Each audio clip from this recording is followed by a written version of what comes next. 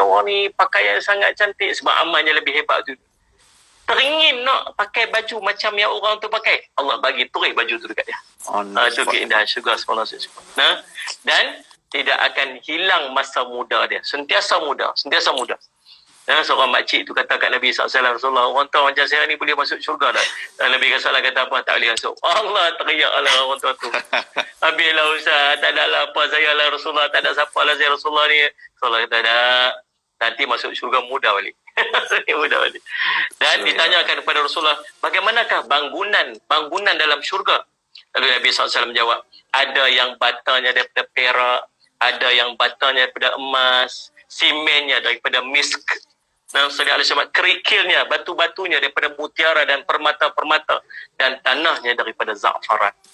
Jadi subhanallah Syed Muhammad, jadi kita nak kena kejar ni, nak kena cari ni bangunan-bangunan dan rumah-rumah dalam syurga. Ayat liuk yang modal dia. Allah. Asyik lah. Nak masuk, kira macam nak kata nak masuk syurga ni possible lah. The word is possible, senang. Tapi kena tahan, mujahadah, that's the word. Mujahadah untuk masuk syurga. Indahnya syurga. Okey. Soalan ada lagi 5 soalan setakat sini. Ada 5 soalan. Dia kata, Ustaz, amalan yang paling Allah suka yang sikit tapi konsisten. Zikir dan salawat untuk orang-orang biasa. Okey. Apa dia amalan yang Allah suka? Sikit tapi amalan yang Allah suka ni amalan sikit tapi istiqamah. Ada satu amalan yang saya nak kongsi, Nabi SAW sebut, yang amalan mudah yang kita boleh buat, yang semua orang boleh buat. Baca qul huwallahu ahad. Baca qul huwallahu. Nabi SAW sebut, man qara'a qul huwallahu ahad hatta yakhtami 10 marat, banallahu lahu baitun fil jannah. Wa banallahu lahu qasrun fil jannah. Siapa yang membaca qul huwallahu ahad sampai habis 10 kali. Semua orang hafal ni, semua orang hafal.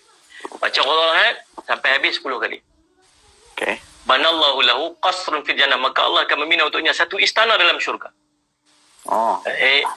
Mudah ya, simple ya, semua orang boleh hafal, semua orang hafal dan semua orang boleh amal. Cuma nak istiqamah buat je. Walaupun semua hafal, susah nak buat sebenarnya. Susah nak buat. Jadi sallallahu alaihi Muhammad 10 kali. Lalu Sayyidina Umar yang dengar Nabi SAW kata ni, dia kata apa? Idzan nastaghfir Rasulullah. Dia kata, dia seronok. Kalau macam tu, banyaklah istana kita dalam syurga. Dia duduk fikirlah, hari ni baca 10 kali dapat 1. Esok baca dapat 1. Sementara nak mau berbelah ribu istana syurga. Banyak. Nabi kata apa? Allahu akthar wa atyab. Allah boleh bagi lebih baik dan lebih banyak daripada tu. Kamu buat ya.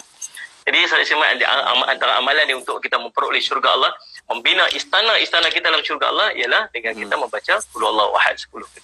InsyaAllah. So kalau banyak istana pun, macam mana hari-hari satu istana? Okey, boleh. Kalau kita duduk di dunia ni ada 10 rumah pun kata banyak kan? Banyak. Tapi di syurga sejuta rumah pun tak apa, Datuk Seri, sebab kita nak duduk selama-lamanya dalam syurga. Selama-lamanya kita duduk syurga. Boleh bagi sewa rumah kan? Boleh ya. Bidadari kita standby kat sana duduk tunggu. Allahu akbar. Dia ada juga view. Kalau dapat istana tu, kalau sembahyang 12 rakaat satu hari sunat pun dapat istana kan. 2 rumah dalam syurga.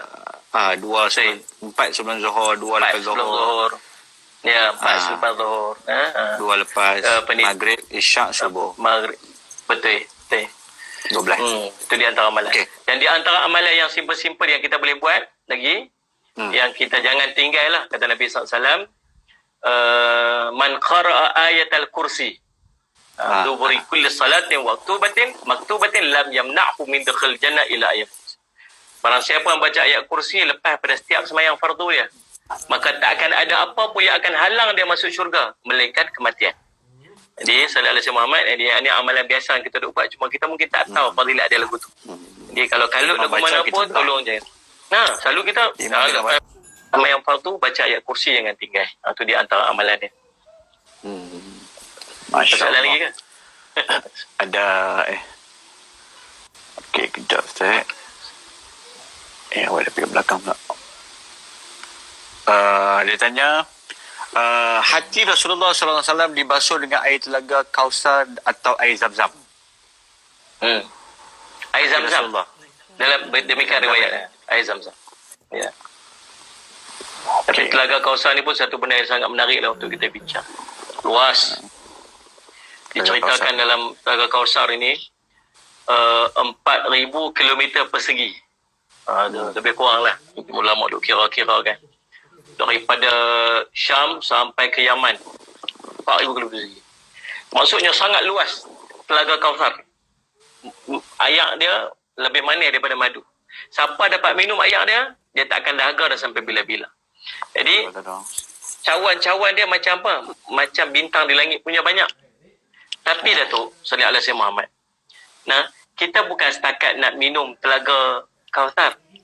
Kita nak minum di hadapan Nabi sallallahu alaihi wasallam. Sebab ada orang yang akan dapat minum tapi dia 4,000 kilometer jauh pada Nabi sallallahu alaihi wasallam. Ya tak? Tapi dapat tu punya mana?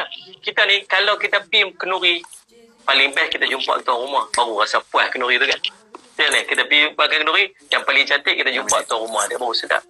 Jadi saya selamat ni ada orang kita nanti di yaumul qiyamah, mudah-mudahan kita doa pada Allah agar Allah izinkan kita untuk minum daripada Telaga Kausar. Bukan setakat minum, kita nak ambil air tu dengan cawan tu daripada tangan Nabi sallallahu alaihi wasallam. Barakah, insya-Allah. Amin, insya-Allah. Kita ambil soalan terakhir, kita ada lebih kurang lagi 5 minit. Insya-Allah. So, okey. Kejap. Dia kata okey, tolong hurai sikit fadilat membaca ayat kursi. Tadi dah jawab tadi. Ayat kursi selepas setiap solat kan. Okey, dia kata Ustaz, amalan jodoh melekat. apa amalan jodoh melekat? Amalan jodoh melekat. Maksud jodoh dah ada tapi lagi melekat. Tak pandai sangatlah saya bab jodoh ni. Tapi kalau cara untuk kita sallallahu alaihi Muhammad nak pastikan keluarga kita, yakni kita dengan isteri kita sallallahu alaihi Muhammad sentiasa dalam keadaan tenang dan bahagia, dan tak mau keluarga kita nanti bercerai-berai ataupun terpisah, antara amalan dia ialah sembahyang berjemaah. Berjemaah. Ya? Orang lelaki afdalnya sembahyang di masjid. Tapi waktu PKP ni main di rumah. Tolong jadi imam. Nah, saya lihat waktu-waktu tertentu sembahyang sunat, tolong jadi imam kepada isteri. Tentara sallallahu alaihi Muhammad, dia tips dia untuk memastikan keluarga kita tak bercerai-berai dan terpisah, tuan-tuan, ialah dengan kita menjaga sembahyang berjemaah di rumah, insya-Allah. Nah, itu di antara kelebihan, insya-Allah. Okey.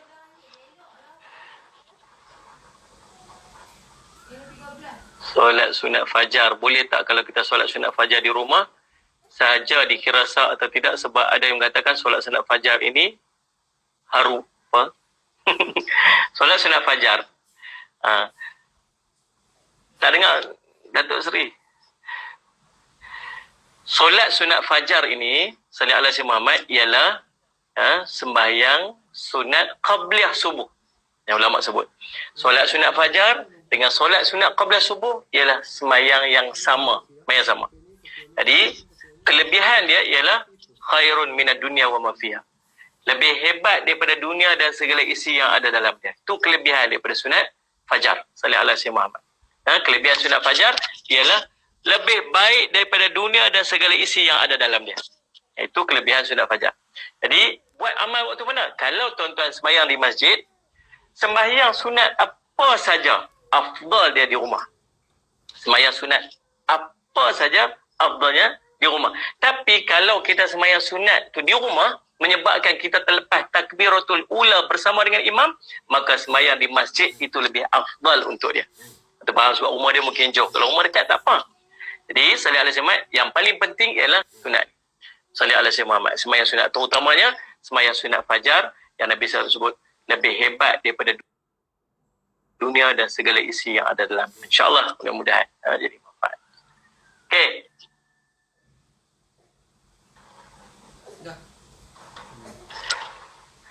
Okey tak?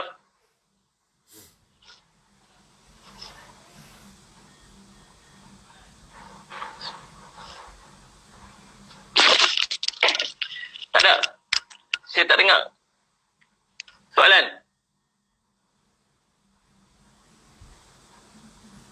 Ni Yusuf Faiz.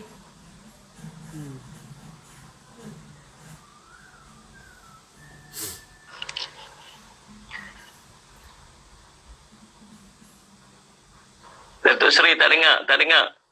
InsyaAllah. Saya tak dengar. Saya tak dengar. Kesimpulan. Okey, insyaAllah kesimpulan. Okey, faham kesimpulan. InsyaAllah, mudah-mudahan kita berdoa kepada Allah agar kita menjadi hamba Allah yang salih ala Sayyidina Muhammad, yang Allah akan mengurniakan kepada kita syurga. Allah akan menjadikan kita semua Allah di kalangan hamba Allah yang Allah redha untuk kita syurga dia. Nah, salih ala Sayyidina Muhammad. Dan salih ala Sayyidina Muhammad, apa yang kita kena buat? Tuan-tuan, Nabi SAW kata, Qul amantu billah tsumastaqim. Kamu berimanlah kepada Allah dan kamu istiqamalah. Kamu katakan kamu beriman kepada Allah dan istiqamah.